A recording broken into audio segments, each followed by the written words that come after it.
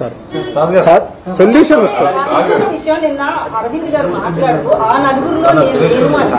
నేను లేదు,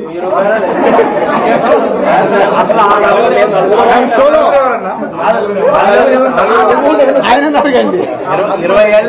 ఇప్పుడు ఒక నిమిషం, ఒక జోక్ చెప్తా.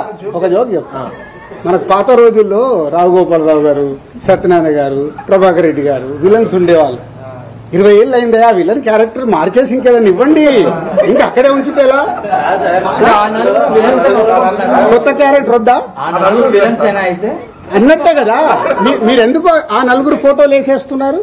మీ పాయింట్ ఆఫ్ లో వాళ్ళు విలన్సే కదా. వేసే మీ అందరిని అడుగుతున్నా నేను, వేసే మీ అందరినీ.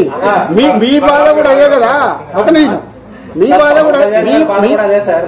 కూడా అదే. ఆ 4 ఫోటోలు లేకుంటే మీకు ఎవడు చూడడు.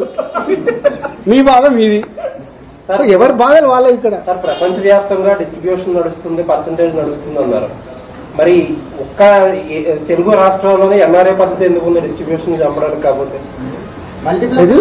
అన్ని పర్సంటేజ్ ఇచ్చినప్పుడు ఓన్లీ మనకొక్క చోట ఎన్ఆర్ఐ సిస్టమ్ ఉంది, ఇంకెక్కడా లేదు. అదే అడగండి మరి, అదే నిర్మాతలను అడగండి. నువ్వు అడిగిన క్వశ్చన్ రైట్. నిర్మాత నేను ఎవరిని చంపుతున్నాను? నా డిస్ట్రిబ్యూటర్ ఎవరిని చంపుతున్నాడు? ఎగ్జిబిటర్. సో తప్పెవరిది? ఆడియన్స్. హలో, నువ్వు ఆడియన్స్ నచ్చితే థియేటర్కి వస్తావు, రాకుండా నాకు వద్దని కూర్చుంటాం. మేము అలా కాదు కదా. సినిమాలు మీరు తీస్తున్నారు, ప్రజలు వచ్చి మిమ్మల్ని సినిమాలు తీయమని అడగలేదు. కానీ రిలీజ్ చేయడానికి వచ్చేసరికి మీరు మా టికెట్ రేట్లు పెంచండి అని చెప్పి వాళ్ళని ఎత్తిన బండరాయేస్తున్నారు. అది ఎంతవరకు correct? Me cost of production ఎందుకు తగ్గించుకోరు మీరు? కరెక్ట్, అది ప్రొడ్యూసర్లను అడగండి, నన్ను కాదు. చాలా మంది ప్రొడ్యూసర్స్ అడగండి, నన్ను కాదు. నేను దాంట్లోకి రాను. అదే అందుకే నేను ఇలా ఉన్నా. అందుకే ఈ సంవత్సరం ఎన్ని సినిమాలు నేను తీస్తున్నా, బయట ఎన్ని సినిమాలు జరుగుతున్నాయి, తేడా అక్కడే కదా. ఆయన చాలా సేపటి నుంచి